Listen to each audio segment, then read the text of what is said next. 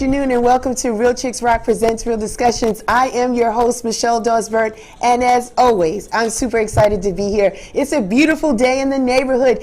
Today marks our first show in season 7. Yes! We are going into our 7th year of having these dope conversations with people. But I want to thank all the new listeners. For those that are checking us out for the first time, Real Chicks Rock is all about creatively collaborating, connecting, and raising awareness regarding issues that impact women. And we do it by way of community service, mentoring, public speaking, and we do it on this platform too, the arts. And this is where I get an opportunity to talk to people that I admire. We also talk about issues that impact us here. But today it's about people that I admire, people that are passionate about what they do. Hopefully we can get some inspiration by their journey and learn from them. And today is no different. I am honored. Because if you're in Atlanta and you know anything about hip hop, you have seen this man to the left of me, none other than Drez the Beatnik. Drez, how you doing, my brother?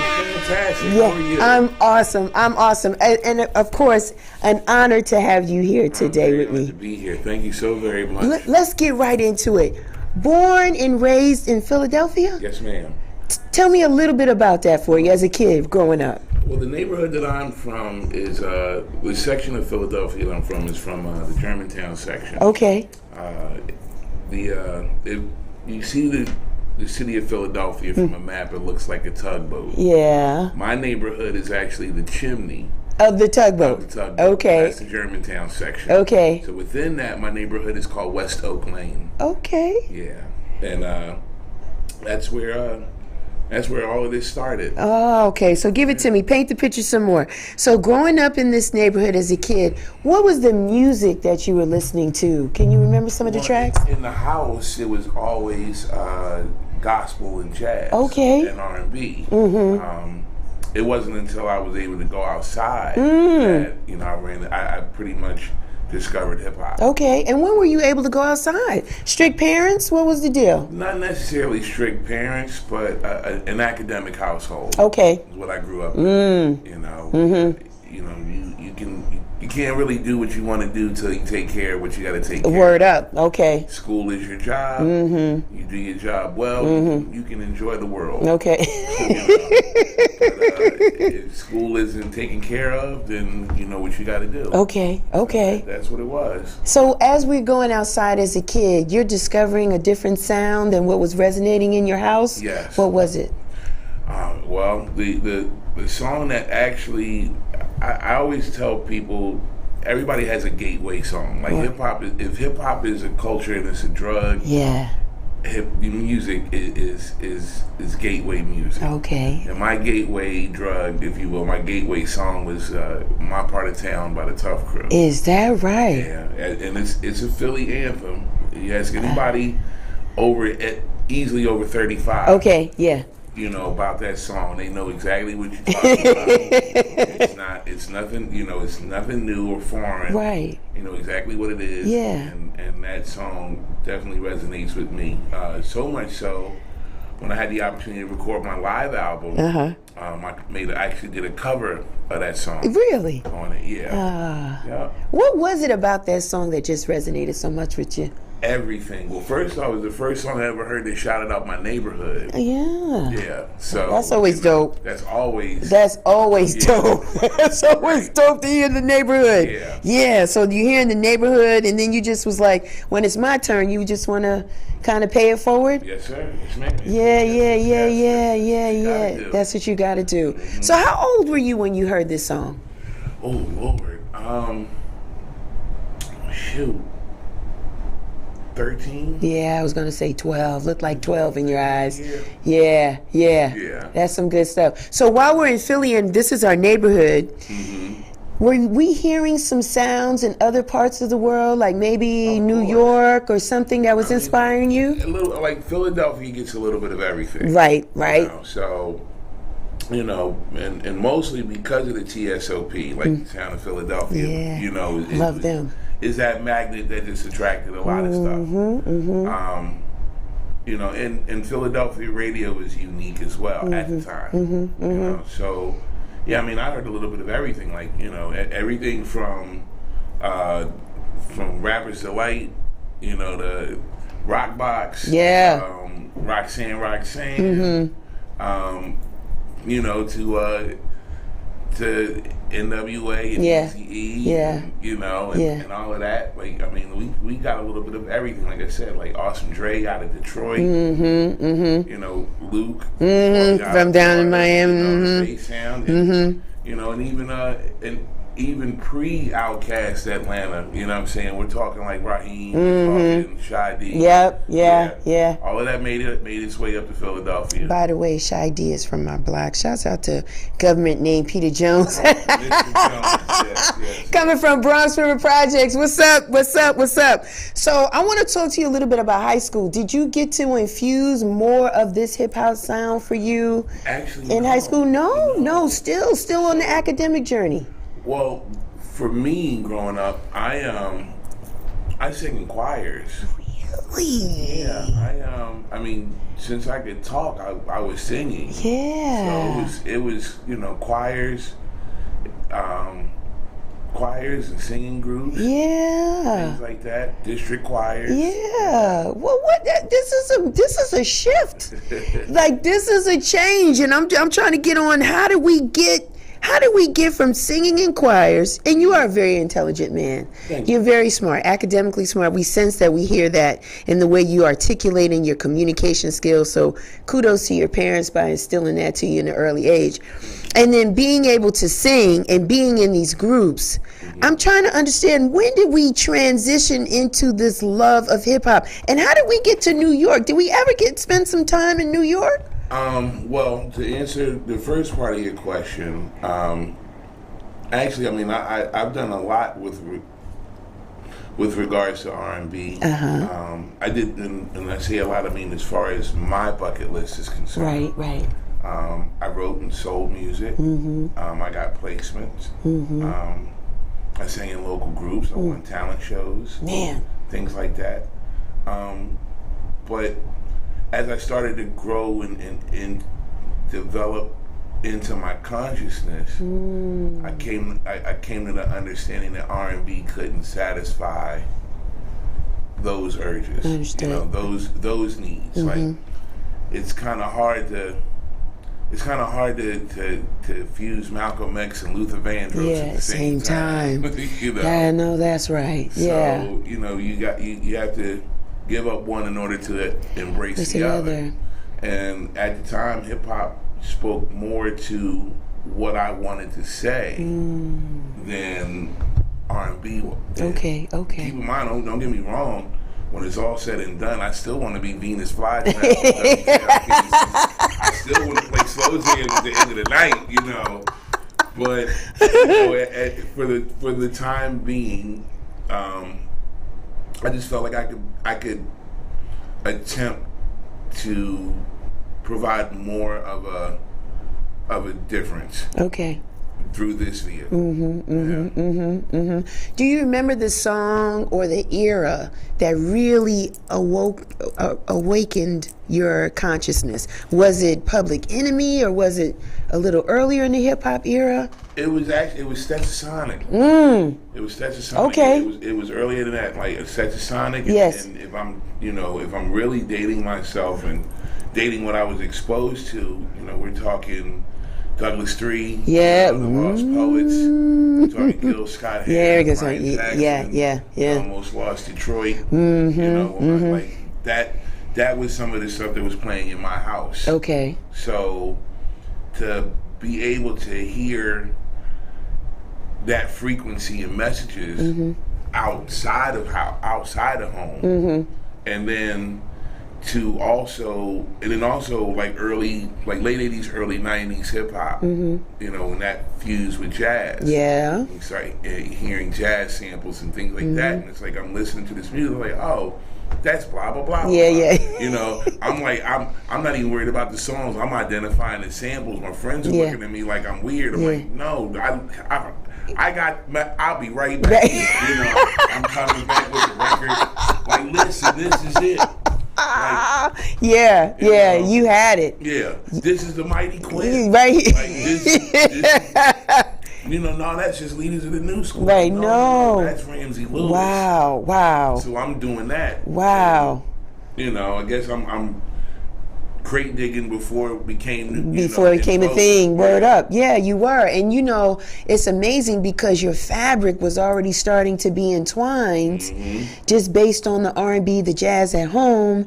And then here's this thing called hip hop, taking it to a lot of James Brown being sampled, a lot of that. But the jazz side for us, honestly, was hard for us we was like, we like that. But if we didn't listen to it like you did in your house, we wouldn't have known. Right. So here it is. Yeah. So now you feel like you got a platform. Now you're starting to feel like this is a home for you. Yeah, like it started feeling familiar. Yeah. And the energy was right. Yeah. Like, it wasn't, get out of here. It wasn't. Right. It was very embracing. Yeah. To me, which, you fast forward 30, 40 years. That's the thing that's lost the most. That that all-encompassing history lesson. That's super important when it comes to any and every tradition. Oral, written. Yeah. And musical. Like, you need that. And right now, I hear a lot of cats in my generation become the disgruntled old. Yeah, come on, Drez. Yeah, like they give the energy they got when they were the youngins' age, and it's like, well, but you didn't share it. You didn't share it, so how can you be mad? How can you be mad if you were just selfish? And I stand on that. Yeah, like that a lot of what our generation has in terms of issues with the new sound. Right. This is their time. This is the young This is their time. Yes. This is their time. A lot of the issues that we have is literally because we grew up in we grew up as Reaganomics babies. 80s Reaganomics babies. We were selfish as hell. Yeah, we were. I'm gonna get mine. You got to get yours. Right. And we wrote about that, didn't we? Wrote about that. You know what I'm saying? I got mine. You got to get yours. Yep. So and we did ourselves a disservice in that regard because now there's a gap. Yep. And people feel that they don't need to know bars or know the origin. They're just here to do it the way they feel they need to do it, express themselves, and get the bag. And then when you watch other cultures embrace the culture, the way,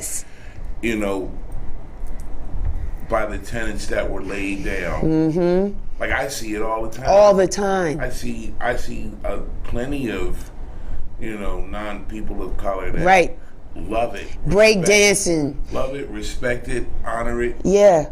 Collect it. Yeah. Know it backwards and forwards. Dressing like us. Yeah. It's not even a dressing thing. I'm talking like deeper than that. Yeah. Like the rabbit hole goes super deep. Ooh. Hell, at this point, we can easily say that a good 70% of this culture is supported by white people. And not just on a corporate level, on a consumer level. Today. There are more white people that could quote Lil Baby.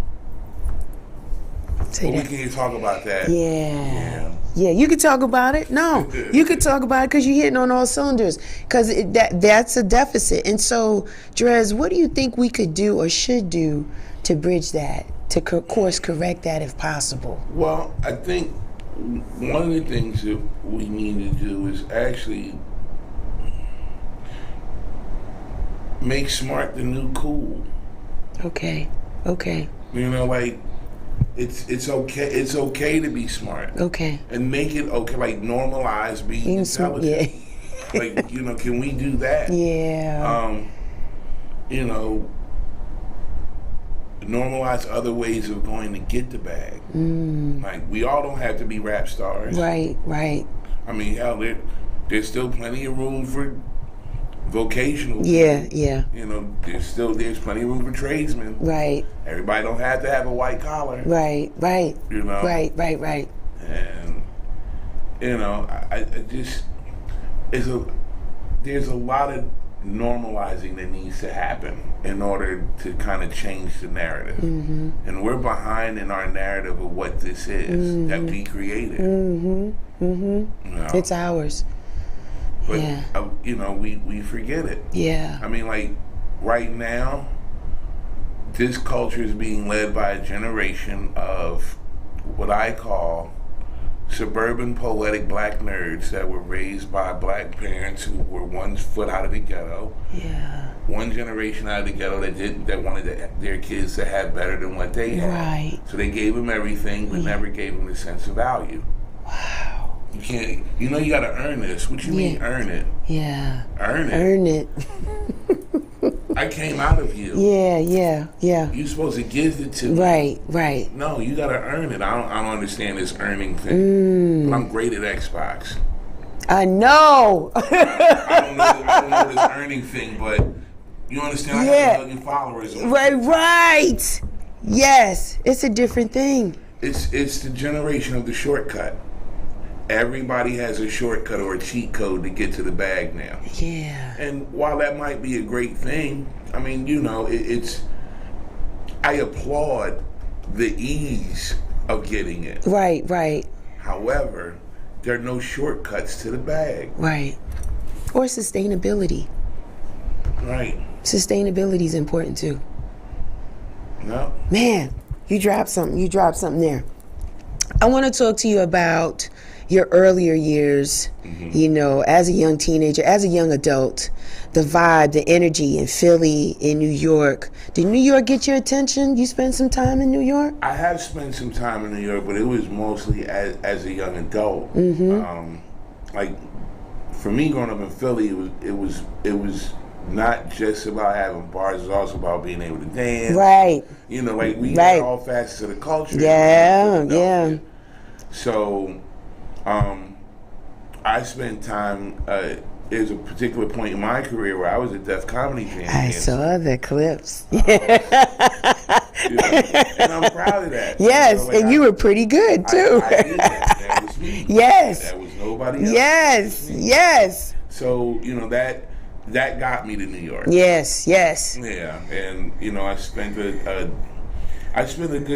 summer in Brooklyn. Yeah. Yet opened my eyes to a whole lot of other things. Yeah, brother. Yeah. And that was like in between here and coming back here. Like I had just left Clark Atlanta University. Okay. I went back home to Philadelphia. I transferred to Temple, and I was right before my senior year. That summer, that's where my New York experience happened. Gotcha. And that ended. I went back to school, finished my senior year, and got a job back here in Atlanta, which brought me back. So that was your tri-state area. Yeah. Atlanta, New York, and Philly. That was your tri. That was my tri. That was your tri-state area doing that. Good for you. Congratulations on finishing. Because oftentimes people don't. They start with good intentions. They don't finish. That one scene with George Stanford Brown and Kid on House Party 2, where he's like, you know, when you leave, you never come back. Right. Oh, that haunted me. That haunted me. I was like, no, I gotta, you know, because Kid was like, well, don't worry, you know, get the money, I'm gonna come back. And he was like, son, everybody says they're gonna come back, but nobody ever comes back. It's like, fuck that. I gotta finish. Finish what I started. You know, and you know, you being in Brooklyn, I saw your eyes light up when you said it opened me up to some things. Cause now it was like you're in the pinnacle spot in the time and everything. Hip hop's on 10. Right. It's Flatbush. You know, you can't. Woo. Right. I'm literally like off of Flatbush on Lefferts. Yes, you're in there. Yeah. So it's like you get to see. For me anyway, like I'm seeing the things I've only heard in the music. Right. You know, so it's like, wait a minute. oh shit, that's where blah blah blah. Right, and right, that's this, right. And that's that, and there's Yeah, this, and there's it's this. real life. Like, oh, these are actual places. Yeah. And it's like, oh, now the dots are connected. Yes. Now I see why it's a thing here. Yeah, yeah. Like the way it hit me when I heard my neighborhood shout it out on a song. Yeah. Imagine every song. Talking about Brooklyn. Talking about where you're from. Style, whatever, yeah. Right. Yeah. Every song from every rapper talking about where you're from. Queensbridge. Right. Everything. Hollis. Everything. Oh, okay. Yeah. I get it now. Yeah, yeah. I get the alleged arrogance of New Yorkers. It's like when you telling me my shit's the best. Yeah. I gotta walk. Yeah, you gotta walk with him with the Timbs on. High. With the Timbs on, yo. With the Timbs on. So I want to talk about Drez now. You've gotten this vibe, this energy in New York. You come back to Atlanta. How did it percolate for you? Did you feel like, listen, I feel like this is a lane, or did somebody step to you? How did you become this icon that we know today? How did it start? I got pissed. What? At what? So I got back here and I started working for this market research firm. Okay. My degree was in marketing. And I had every intention of taking this job and, and doing the 30 years and retire with the watch and pen, right. and, the wife and kids and house out in Ellenwood. Right. I had it all mapped out. I had it all mapped out. Papa was not going to do the Buckhead thing. Right. Me in the West Side don't do too well. Me in the South Side, it's foreign to me. Yeah. I know the East Side. Yeah. Let me just go ahead and set up shop here. I'm gonna do this here, like on the DeKalb side. Yes. Not the Henry side. Not the Henry side. Not Clayton, but DeKalb. DeKalb. I knew I promise you, I knew exactly where it was happening. And so what ended up happening was I was doing a lot of great work for this company, or what I thought was great work. And when the time came to ask for a raise, what ended up happening was it was, we want you to stay and train somebody. Okay. Not a problem. Cool. What do you want me to train them to do? Well, we want you to help train them to lead the team. I've been here. Right. I put in to lead the team. Right. Nobody else wanted to do it. I'm here. Right. I've already been trained. Yeah. Why are we bringing in somebody new that don't know anything, and then you're asking somebody to train them to do the thing that they already know? Exactly. Yeah. So it felt insulting. It was. After a while, it what ended up happening was just after taking offense, being upset about it, calming down, and trying to look at it objectively and see it for what it is, I came to find out that there was a line of nepotism involved in it, and that's what took me over the top. It's like, oh, it's not just training this person. This person happens to be blood of the number 2 of the whole company. I'm out. Yeah. I'm out. So I went and filed a lawsuit, and I was homeless for about a good 9 months. Wow. I left a good job, and the idea of going back home to Philly was nowhere involved in the plan. Right. So ended up settling out of court, and then pretty much the rest was just I'm gonna bet on me. Okay. That was it. Okay. Like, I'm gonna bet on myself, and whatever happens, happens. Okay. But if it doesn't work, I have nobody to blame, and I'm happy with that. Okay. Like I'm not in it to be rich. Right. I'm not in it to to be Scrooge McDuck and swimming in money. You know what I'm saying? It's not about that. You know, I have a, you know, I have a discipline to myself, and I have a plan. It might not make me the most attractive man on the planet, because, you know, sometimes a man with means is pretty ugly. He's a pretty ugly dude. Or not well liked. Yeah. So, you know, what ended up happening, like I said, I just bet on myself and put everything into what initially was a crew I started with my best friends, my day ones from home, that turned into my college thesis. And that was Four Kings Entertainment. Okay. And I found some good people down here, and brought the idea to Atlanta, and just needed a couple hands that, you know, were willing to get dirty with me. Okay. And you know, I found them, and we did a lot of great, phenomenal work as a collective. And that's, you know, that was 97. That was actually April 4th, 97. Wow. Which is, in Atlanta, a crazy day. Yeah. You know? Yeah. I remember somebody had written about it. It said, writing about the company, it said Atlanta had to lose one king in order for four kings to rise. And I thought that was poetic in and of itself, because I had never thought about it that way. Like, that was the day, you know, we lost Dr. King. So, and then, you know, the whole, you know, synchronicity of number 4, and you know, and again, a whole nother rabbit hole. Yeah. Astral, you know, geometry and all of that numbers, stuff. Power of the numbers and what it means and all that. Yes. So now you guys are just doing things here in Atlanta. We're doing the things that we haven't seen. That was the whole point. Like, the whole idea was, if you haven't seen it, suggest it. Okay. And then we'll find a way to make it happen. Okay. It doesn't matter what it is. Like, I was that hungry for ideas. I hear you. Like, I don't care what it is.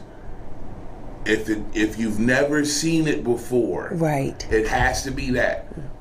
This is hip hop based. You gotta have style and learn to be original. Right. Everybody's gonna want to diss you. Right. You can't bite nobody's style.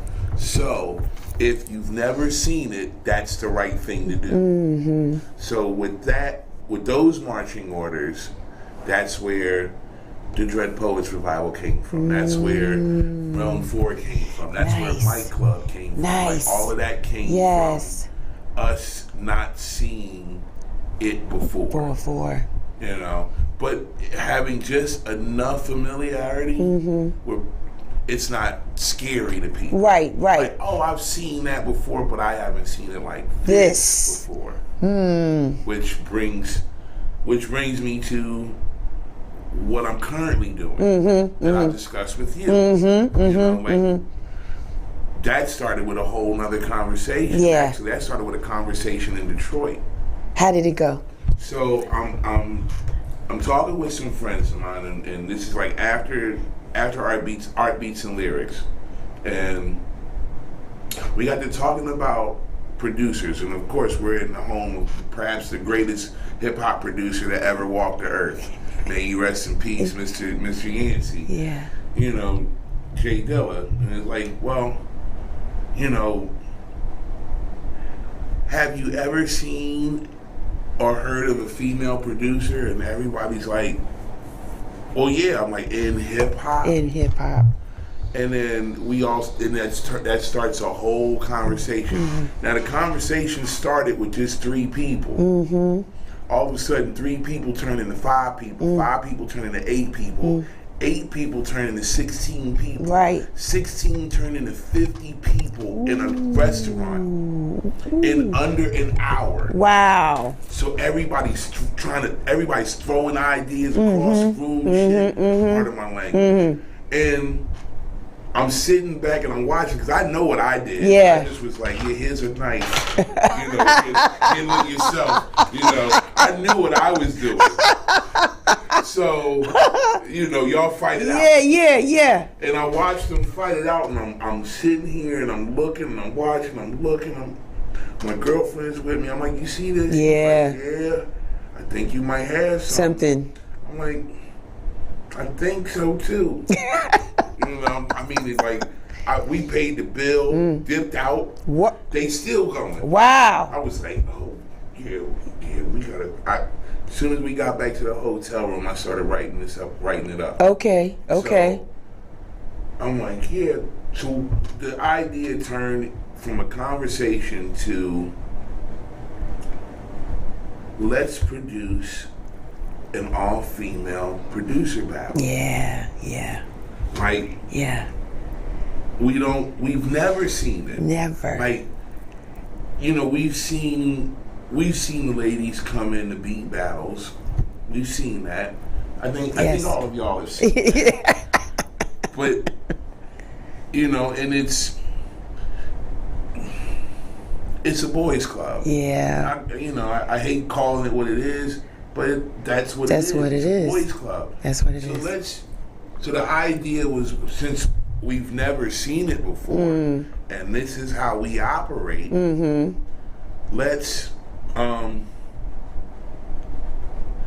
kick the boys out, or give the boys popcorn and have them sit in the seats. Right.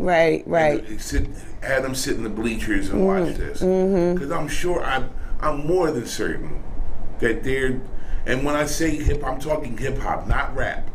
I just want to make sure I clarify this for some of y'all.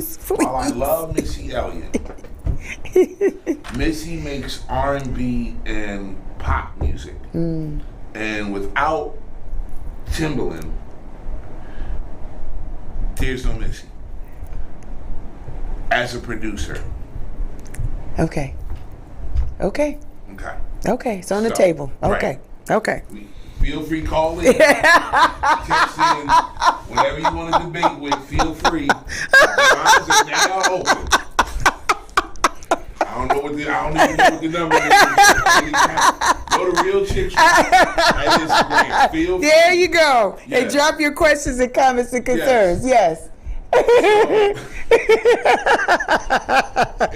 And also, Sylvia Robinson of Sugar Hill Records was the original Puffy. Yes. You heard it here first. Yes, so that's two names that are automatically disqualified from this conversation. Wow. Everybody else that you named, I'm speaking about female producers on a Pete Rock, Primo, Dilla, Madlib level. That's what I'm talking about. Oh, that's heavy. That's what I'm talking about. That's heavy. So, and the time has come. Yes. Like, they're out there. Yeah. I put the question out on my social. The suggestions that came back, I'm sitting here like, oh, these broads can burn. I'm like, this is going to be fun. Like, this is going to be fun. So now it's, how do I put this together? Yes. Because they all don't live here. Yeah. They all don't live here in Atlanta. Right. However, we do have the world's busiest airport. Yeah. Ain't nothing to fly here. Yeah. Let's figure out how to make it sweet enough for everybody to want to book a ticket and be here, in a hotel room and be to come here. and compete. Yeah. So that's where I'm at right now. Okay. At least they answered the call. Yes. Because we you asked me and I was like, I don't know. You know. Right. Because nobody thinks. Nobody's thinking about it. Right. Yeah. Yeah.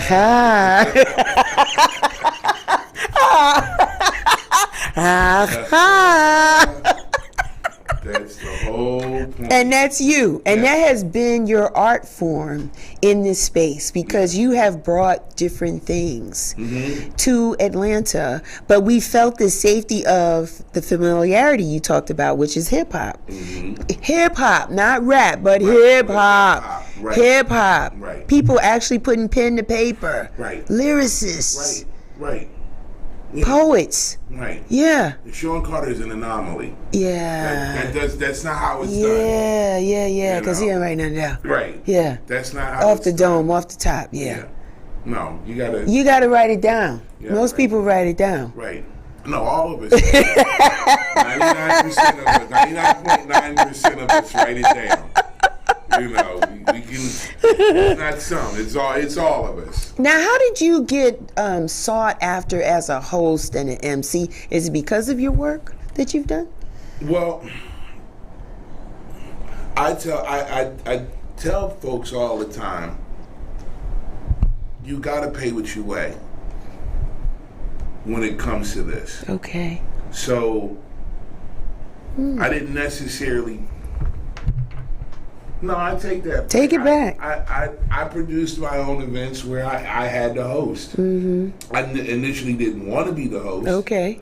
Like I had the perfect guy in place to host.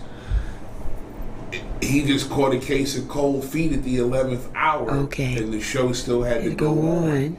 So because of that, I had to do it. Mm-hmm. But it's not the thing I wanted to do. Really? Mm-mm. And you're so good at it. Well, I like people. You do like people. And that's the first thing to this job. Mm-hmm. Like being an entertainer, period, on some level, you gotta like people. Mm-hmm. If you don't like people, what's the point? Mm-hmm. You like people. Right. Yeah.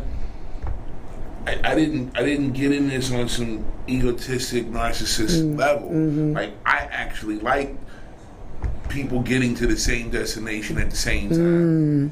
No matter how long it takes, we leave nobody behind. Right. You know, no, get off the wall, come and get involved. Yeah. I'm not getting. Do I have to step off this stage Then with this microphone to come grab you and get you on the floor? You and come said that.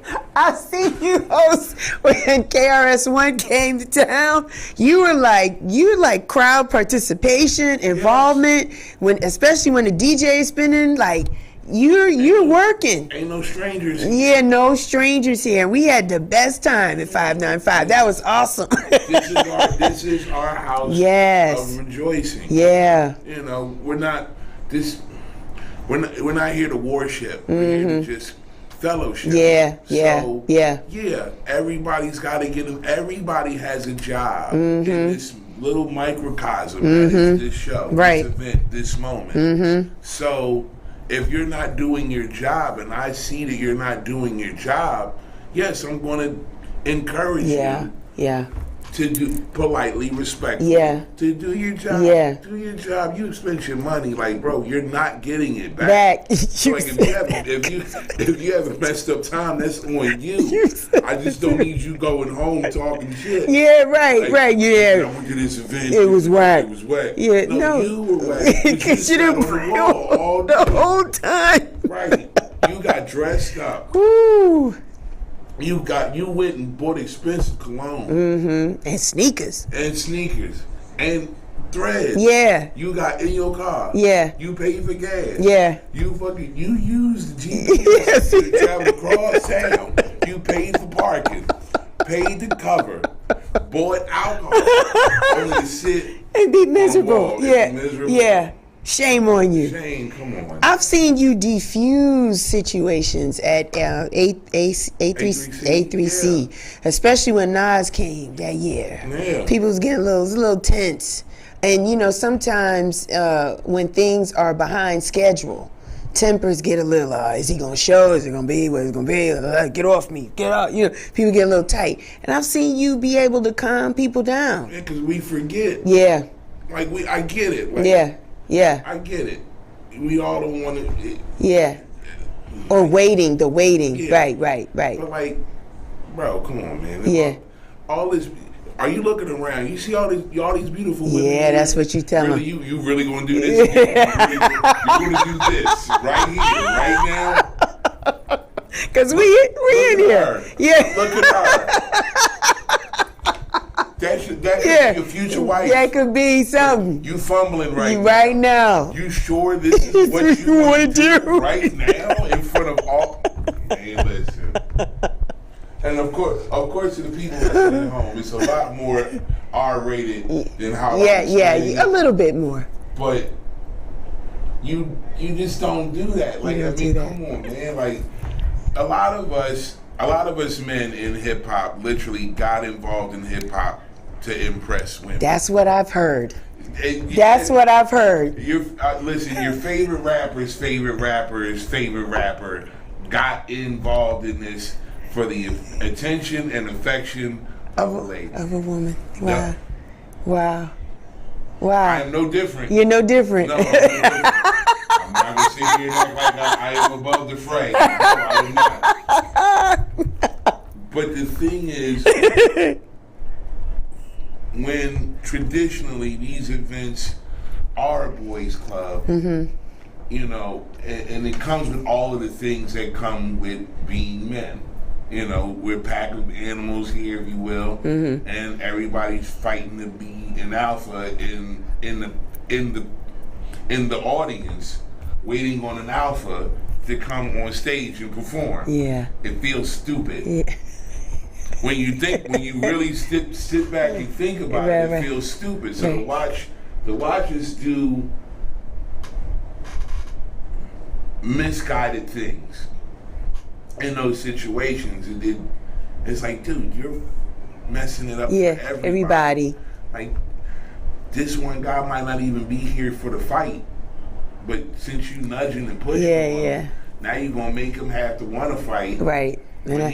He was looking at her the whole time. Yeah. Now you done messed it up. You done bumped him. Yeah. He done lost his concentration. She done walked off. Yeah. He can't find her ever again. Now that's a story he's going to tell when he's 40 or 50 years old. This one time when I was 20, I was at this show at this hip hop festival, and I saw her, and then some asshole bumped me, and again. Like, man, you messing up generations. For real. Just relax. You gotta relax. You gotta relax. How does it feel, Drez, to be that guy? When, you represent, to me, and I'm speaking maybe for some others, but you represent a genre of music here in the South, in Atlanta, which is hip hop as we know it. Anything related to hip hop on a major scale, you've been associated with it. How does that feel for you? I've never really thought about it. Really? I've never thought about That's, ladies and gentlemen, where they say, that's a really good question. Thank you for that. It is a really good question. Yeah. I guess I got into it to meet my heroes. Okay.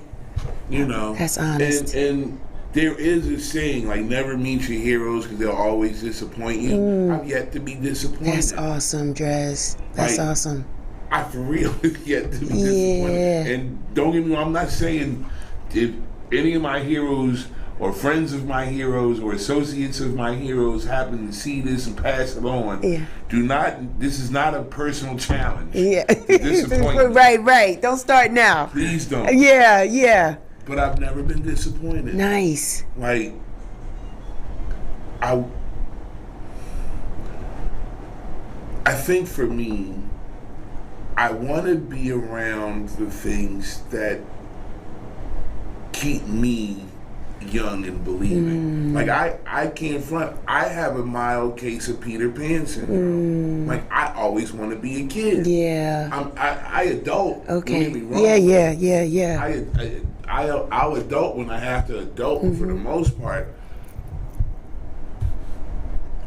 I remember what it's like to go to park jams. I remember what it's like to watch a DJ spin at a block party. Yes. I remember what getting cardboard. Yes. I remember going to the corner store and getting a plastic milk crate, hanging on the back of a light pole, playing basketball. Come on, Drez. Like, I remember watching girls cheerlead in the street and double dutch and play Scully. Yes. I remember these things. So, like, my deal for me is to always get as close to 73 as possible. That's how I want my events to be. Okay. That's the energy I want to be around. And when you meet me, that's what you're meeting. And that's me 24/7, 365. I'm not trying to be nobody else. And I don't want anybody else trying to be me. Got you. I know I'm a one of one. I absolutely know. Who wears this? Yeah, follow the hat. All year round. Yeah. This is wool. This is double wool. Double wool. I see it. Yeah, You know, it's two and it's right. double. Follow the hat. But it's this thing. Like I said, for me, it's about meeting my heroes and keeping my heroes encouraged. Right. You know. Right. Like, I'll give you a perfect example. The first time I got to meet Ghostface Killer, right? Yeah. Been a fan since '95. Right. Usually, since the Wu came out. Since the Wu came out. Right. So the first time I get to meet him is like 2008. He's playing a concert. I happen to be hosting. I got to keep time on the stage. Production's running, starting to look like it's about to run a bit behind. He's not there yet. He finally gets there, and I go backstage, and I address him by his government name. Okay. Like, you're not Ghostface Killer right now. Right. Until I give this to you. The mic to you. Yes. All that time, you're Clark Kent. Yeah. So I address him by his government name. He's never met me before. I introduce myself like, hey, how you doing? Blah, blah, blah, blah. I'm hosting Being Stressed. Welcome to Atlanta. All that. Players play. Right. You know, listen, we got 5 minutes until it's time for you to go on stage. Oh, I'll be there, Mr. Coles. You know what I mean? Like, he saw the seriousness, and like, here's Ray with him. He's like, who the fuck called him? Like, Right. and then goes like, calm down. Yeah. Like, that's my name. Right. Why are you wilding right now? And so he understood The respect. right. Like, I'm not here to disrespect. I love everything you do. Like, you have yet to do anything wrong. I know the backstory and everything. Pre-television show. Right. I know all of this. Still got respect for you. Yes. You can't come out of where you came from and do this.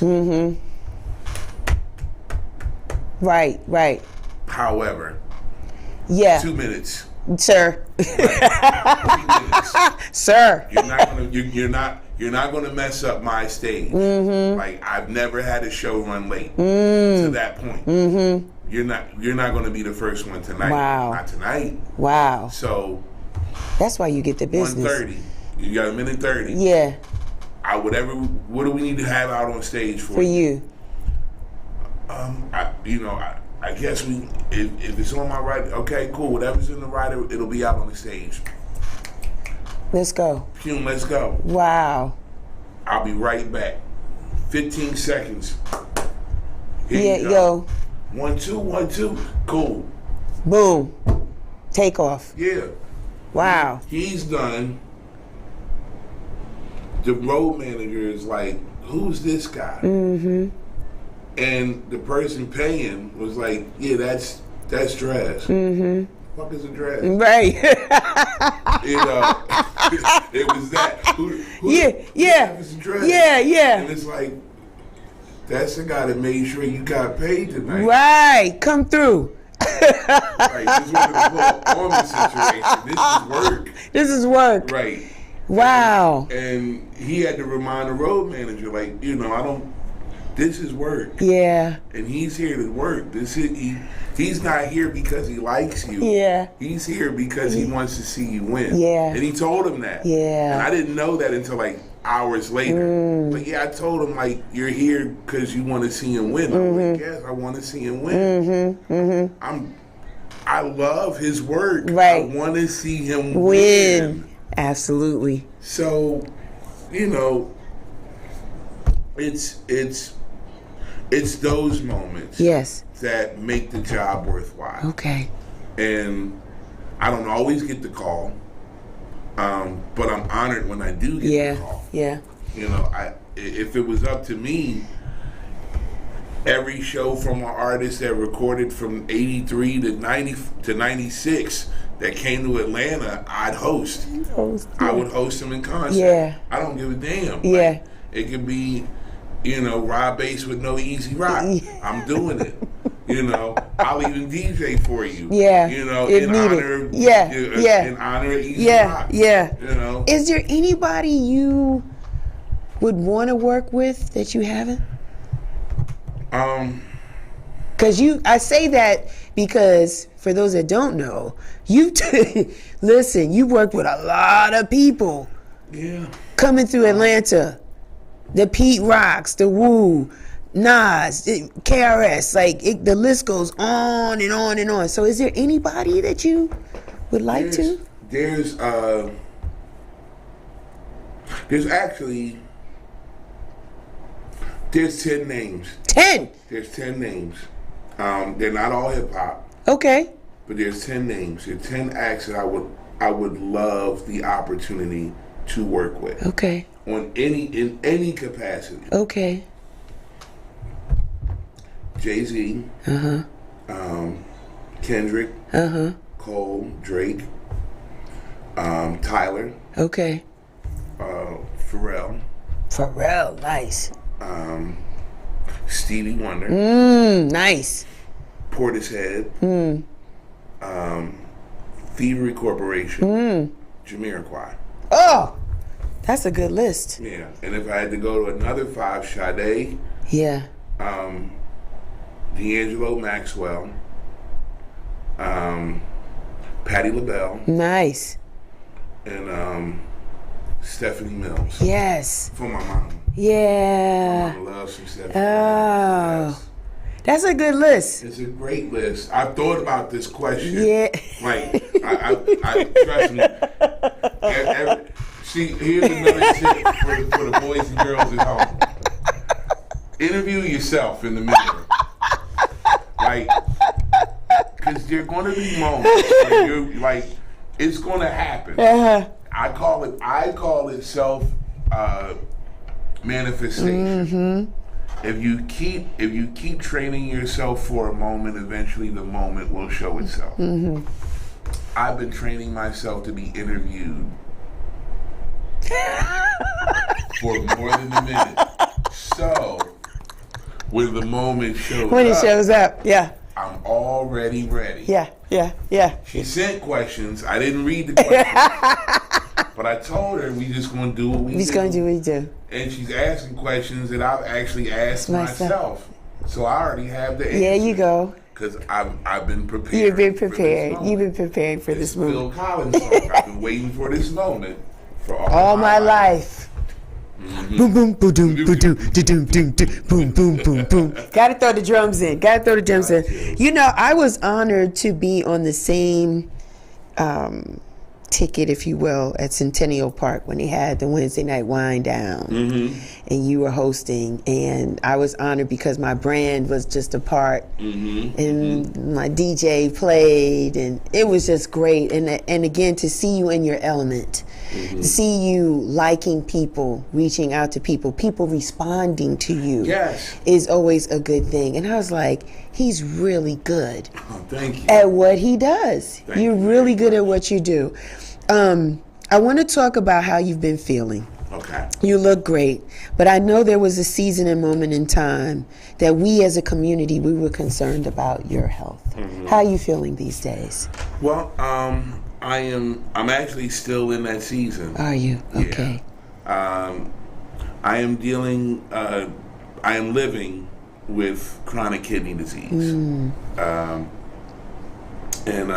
currently I am on dialysis 3 times a week, 3.5 hours a session. Wow. And I am also on the kidney transplant list. Okay. So I am,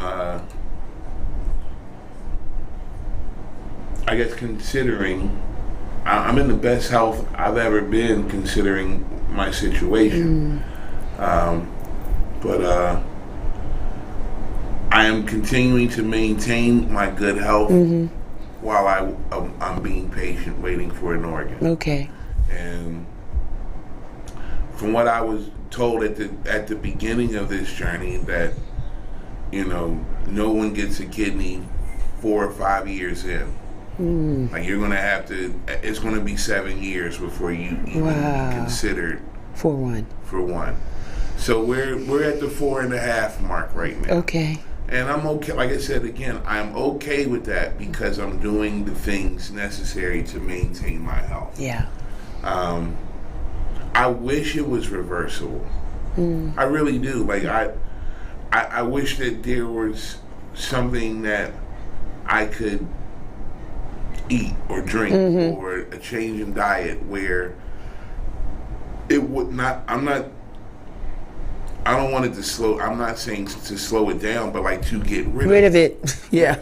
Get out of here. Like it. And I hope the day comes where kidney disease will be treated like the cold, but I know it's not. I won't be alive to see it, and that's okay. But I do know that once I do beat it, like that's a whole nother. That's my new purpose. Yeah, man. Yeah.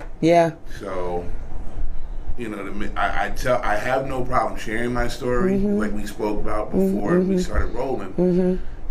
I want to inspire somebody. There's probably somebody out here watching or listening right now that is either going through it themselves or have a family member or a friend or an associate that is going through it. And I can tell you this much. It sucks. Yeah. It really, really sucks. But what's worse than it sucking is being in it by yourself. Luckily for me, I'm not in it by myself.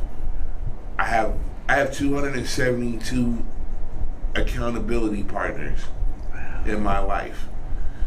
And when an accountability partner is, in layman's terms, is just somebody that always walks up to you and you all right, you good, everything good, you straight, or what's that? Yeah, it's just juice. Like juice. You know what I'm saying? Like I have those people in my life. You ain't supposed to eat that. Right. You ain't supposed to do, like, Cinco de Mayo's coming up. I can't be Mexican. Right, no. Like, I can't have tomatoes and I can't have avocados. And I'm already allergic to onions. So I'm screwed. Yeah. But I love it. I love it so much. But I can't have it. And if I do, I gotta make sure that I double up my treatment so that I can pass that food through, out of my blood. So that's what's happening with me. I'm not ashamed of it. My situation happened as a result of high blood pressure due to hypertension incurred by stress. I had to change some things and edit some folks out of my life in order to cut down my stress, and I did so. And I'm in a much better, happier, safer space. That's good. I'm around folks that actually kind of want to see me alive for a while. Yeah, we do. So that's the best part. That's not family, So because I'm not always around my family, so to be around people that treat me like family, that want to make sure I'm okay is the biggest blessing that I am eternally grateful for. That's it. And you have a beautiful daughter too. Yes, I do. Yes, I do. Yes, I do. She hates when I get all mushy. Yeah. I can't help it. Yeah. Like, my kid is, My kid came in at a time when I wasn't ready to be a dad. Mm-hmm. Okay. But I'm ready to. I think since then I've done the best job I can with what I have to be as good of a dad as possible. Okay. I can't sit here and say I'm batting 1,000 at being a dad. I can't sit here and say that I see my kid all the time whenever I want to. Can't say all these things. What I can say is her mother has done a great job of raising a great kid. And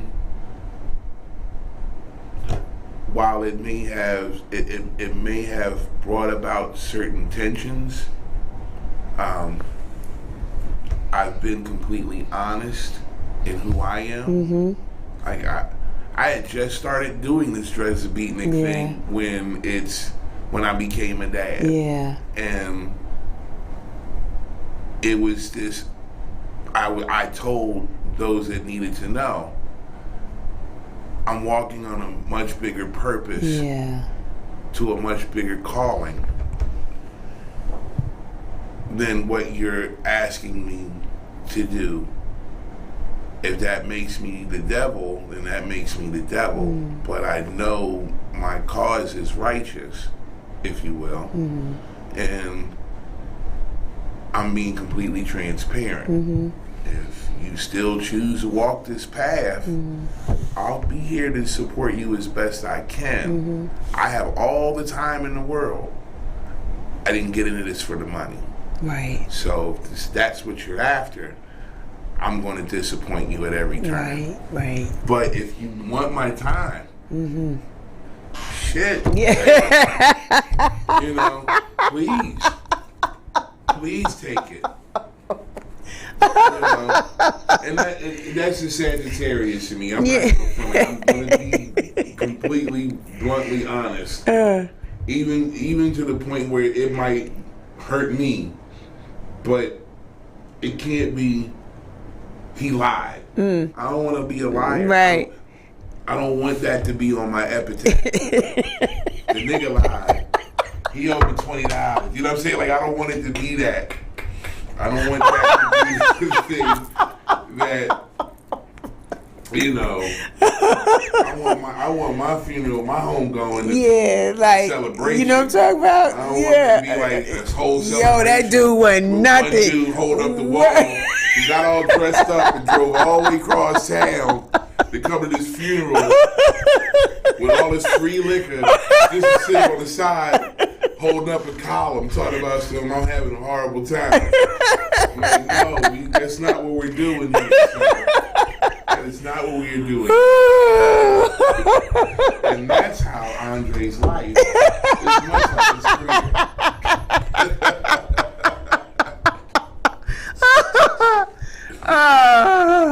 I really like you. You're funny, and you kept it a buck too. But that's real. Yes. That's real. That's real. Yeah. That's real. But I'm, you know, she's about to graduate college. Yes, congratulations. That's an honor. To her, yes, she earned it. That's all her. Yeah. I just helped out where I could. Yeah, that's good. That's good. I'm glad I could be called upon. Yes. And glad I can answer the bell. Yes. When it rang. When it rang, yeah. Because some fathers are not getting these calls at all. And I know some of those guys, and we have meetings every week. We talk. And, you know, they're not bad people. They're just in bad situations. Yeah. Like, I honestly, I have yet to meet. I hear the term get thrown around a lot, very, very loosely, but I've yet to meet a deadbeat dad. Like, I've met plenty of dads that want to be dads that aren't allowed to, or aren't of a particular means to be able to facilitate being a dad. But I've yet to meet a deadbeat dad. Like, the baby's born, I don't want no parts. I don't know those people. That's good. You know. Yeah. Like, I just don't. That's good. That's good. You don't need to know those kind of people. Right. That's not your style. That's not my style. That's not where you come from. What do you want to see for Atlanta now that things are starting to open back up nice and slow? You know, after coming through this pandemic for 2 years, weather's nice here in Atlanta. You know, we get spoiled real quick. What do you want to see for Atlanta in the hip hop space or music space? Well, before we can speak about before we can speak about Atlanta in the musical sense, we've overhyped Atlanta. Really? Atlanta's not. I'm gonna put this as I'm gonna do the best I can to put this as mildly as possible, so that our esteemed producer can also understand and give me a thumbs up when he relates. We have overhyped our wonderful city outside of our city to the point where everybody wants to come here, which is a great thing. However, we don't do things in Atlanta any longer that require the whole world to come to Atlanta. Right. There's no Olympics. There's no Freaknik. There's no national, international, worldly events that take place in Atlanta for the world to want to come here to either visit, much less to live here. Right. However, for some odd reason, we're full. Everything's overpriced. And the first thing I would love to see happen is that Atlanta become affordable. Yeah, like back in the day. And the reason why I say that is because the living wage versus the cost of living is lopsided. You don't make enough money to live in the 404, the 770, or the 678. Wow. So that's gone. Yeah. And then you have what I see now as black flight. You have black folks who lived in predominantly black neighborhoods who are getting bought out, and they're now moving out to the suburbs. Right. You know, like Rockdale County, which is just outside of Atlanta. Going east, has seen an uptick in African American residents. And keep in mind, Rockdale County is literally just Conyers, Georgia, and then a whole lot of forest. Yeah. Yeah. The downtown Old Town Conyers, as they call it, which is their downtown district, is like this big. That's it. You've seen it all. It's now overrun. Old Fourth Ward is gone. I don't necessarily think this was the dream that Martin Luther King had. Come on. But it's the dream that we got. Yeah. Where we're shooting this wonderful show, East Point, Georgia. This is the last bastion of affordable Atlanta. Yes, peace. And this place is... It's going. Like, East Point is a Starbucks away from... Yeah, it is. Being gone. It is. You got Pittsburgh, which is a neighborhood in Atlanta. You have East Point. You have Hateville. Yeah. Once these three neighborhoods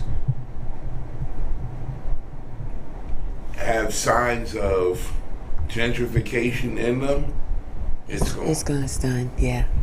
So that's what I would like to see happen first. Okay. So once that happens, then we can concentrate on making the urban experience better. We need to teach our people about financial literacy. Yes. I would love to see our wonderfully newly elected mayor Mayor Dickens work to balance the residents in Atlanta, because everybody doesn't make high 5, low 6-figure salaries. Right, that is correct. And minimum wage is horrible. Yes, it is. Like, and there is no middle class here, just so we're clear. For y'all that still think Atlanta is an option, there's no middle class here. It's either you rich or you poor. And with everybody trying to go and get the bag, it's nothing but chaos and mayhem that's here. The equalizer, allegedly, is we have a governor who's now made it okay for people to carry guns without permits. You heard what I just said. So that's not because he likes guns, it's because of population control. Atlanta, give Atlanta about another 2 years tops. We're about to become the movie The Purge. That's what's going to happen. And I know it sounds grim, but that's what's going to happen.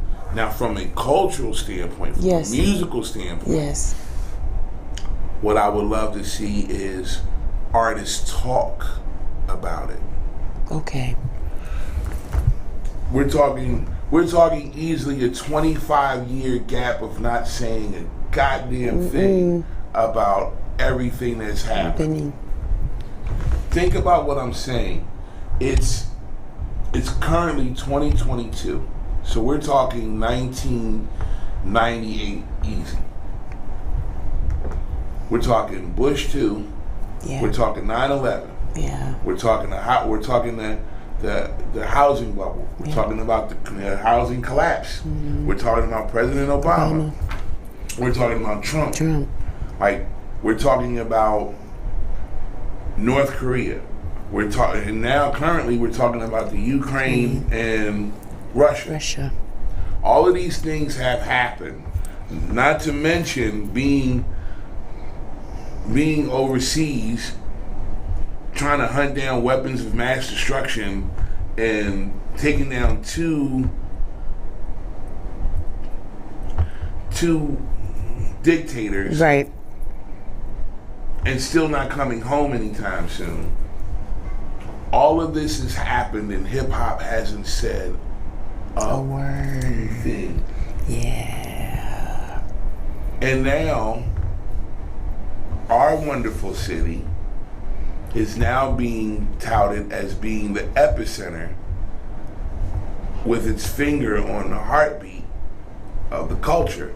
And we're not saying anything. We're not saying anything. But are we supposed to? Yes, because these things actually do affect us as black and brown people. Right. But since we're not teaching that, people don't know that they should carry that sense of responsibility. Right. We're just happy that Juneteenth is a recognized holiday. That we're happy with that. But I don't know nothing. You don't know nothing. Follow the hat. Just follow that. Just follow the hat. What's next for you? What do you got for you? What's going on? You on the road? I go back on the road with Art Beats and Lyrics for our final 2 shows of this season. That's a great show. Yeah, we're in Louisville, Kentucky for the Kentucky Derby on May 7th, and we're finishing up our season in New Orleans, Louisiana on the 20th of May. Alongside my brother and my mother, we have recently purchased a venue. We are owners of a nightclub here in Atlanta called the East Atlanta Treehouse. Yep. We're looking to be open the top of the month, by June 1. Okay. So we're looking to do that. You can find us on Instagram and on Facebook. What else? I am on a very short list for a proclamation from the city of Nice. Yes. working. Yes. Well deserved. Thank you. Yes. Yes. Yes. Congrats on that. Yes. Thank you very much. Yes. So we're trying, like right now, my team and I are trying to find the right date to have this presented. But yes, that's important. So we're in the beginning stages of that. The glossed over female producer beat battle. Yeah. Will be coming to Atlanta in September. Yes. I'll be there. Yes. And Real Chicks Rock will definitely Yes, be yes. one of our wonderful sponsors. Yes. Thank you. Yes. And what else? Do you have a book in you? Not yet. Okay. Not yet. I'm starting to get into storytelling. Yes. Yeah. So what I'm doing right now through my social media is actually I'm crafting my voice. Okay. So I do have a book. You do have a book in you. I guess what I want to do, I guess I'm trying to create the book that I'll read to my grandchildren when I'm allowed to have them. You know, like, Grandpa, tell us the story. Yeah. Go pull this book out. Yeah. And it's read from here. There was a time I was at A3C and Yeah. or I was backstage and it was da da da da. Yeah. So I'm on a fact-finding mission. Yes. At this point, so. Anybody that happens to be out here watching and listening that is familiar with me and who I am and what I do, if you happen to have any footage, photos, video, audio, anything, Okay. Please send it in to Real Chicks. Yeah, please. I got some I'm gonna give you. So Yes. it can get sent to Yeah. And that's pretty much about it. I think. Oh, and we'll be producing Reggae in the Park again this year at Piedmont Park this year. So August 13th and 14th. Tickets are available now.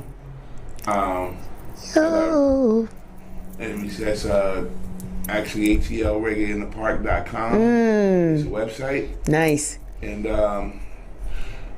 And also, I no longer work at MJQ. I've been a couple of folks that have approached me and asked me when I was coming back to MJQ.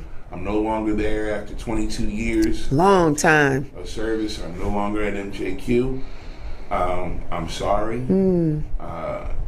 I know this may be news to some folks, but there may be some folks who already know. I'm just... Every chance I get that I'm at an interview or I gotta spread this information. Right. Myself and my party superhero crew, we are no longer affiliated with the MJQ Concourse. However, we are all still available for weddings, parties, bat mitzvahs, funerals, homecoming services, openings of envelopes, gender reveal parties, all sorts of stuff. All kinds of stuff. Girls' nights out, boys' nights out. All kinds of stuff. All sorts of stuff. So feel free to look us up and feel free to book us because we have a great track record of Yes, you do. doing great things. Yes, you do. We know how we understand the assignment. Yes, you do. Yes, you do. How can people find you, Drez? On all things social media, it's at Drez the Beatnik. Yes. It's DRESTHABEATNIK. Yes. And right now, I mean, that's it. Oh, and also,